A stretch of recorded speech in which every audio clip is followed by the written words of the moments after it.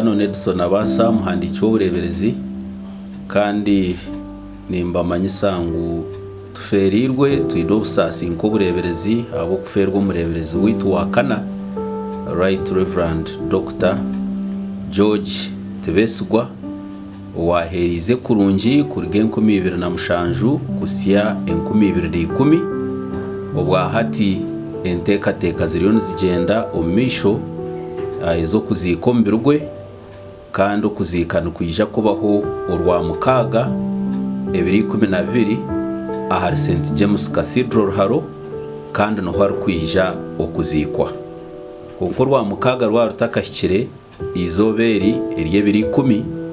ntwija kugeraho okushaba omumakaje turi kwijuka amagaraje twatanise nekaye abanyabuzare abahereza n'abanyamukago okushaba no kwija kuba mumakaje rugando rwampara kandi nyencha kari 11 nabwe ntwija kugeraho kushaba ukundi okwijuka amagaraje omukanisa ye eya kushabira mu bursande bwa nyuma yo kumura eya Nyakabare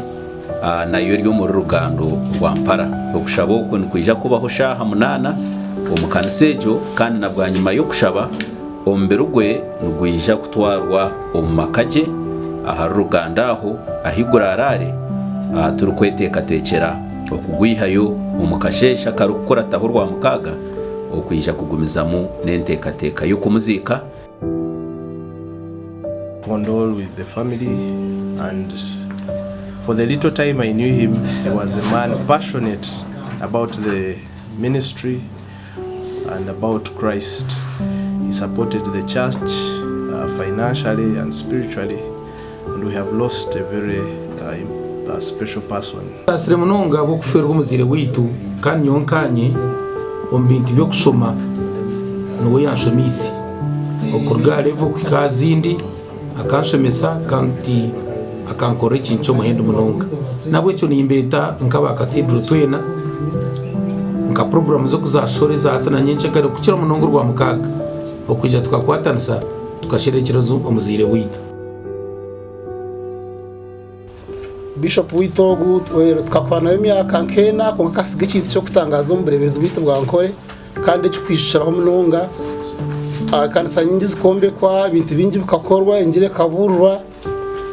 no kucira munonga okuhereza abantu ebitiniso mu makanisa madara mingi yenyonyo nyingi zikabaho kandi zibingi bakabaho kandi akora ibyo kutangaza bingi umureberezi witu okuhereza kurungi kwa diocese yitu yankore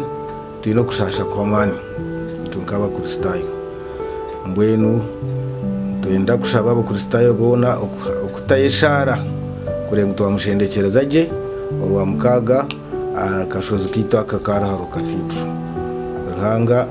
amayicho no kushasha kwa mani kugira ngo twewe mu buso itogo kandi simarahanga ha moyone yakorera dastage mukohereza kwe kwahereza abantu atyo mu nsomo mukampezo kumura kurungi.